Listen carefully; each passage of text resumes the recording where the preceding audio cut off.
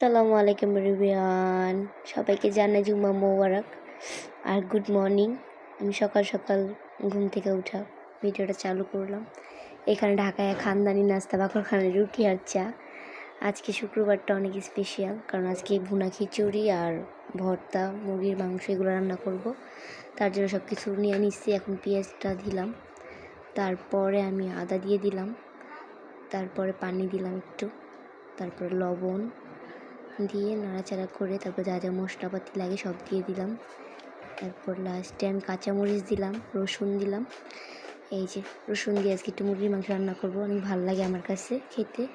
তারপরে সর্বশেষ মুরগিটা দিয়ে দিলাম। এখানে আমি ভর্তার জন্য প্রিপারেশন নিচ্ছি।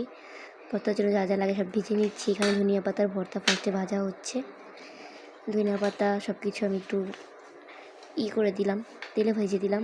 তারপর এখানে আবার আমি শুকনো মরিচ, রসুন, শুটকি এগুলো দিয়ে ভালো করে ভাজা করে দিলাম। এই দুইটা ভেজে তারপরে আমি আবার মুরগির মাংসটা বসিয়ে দিব।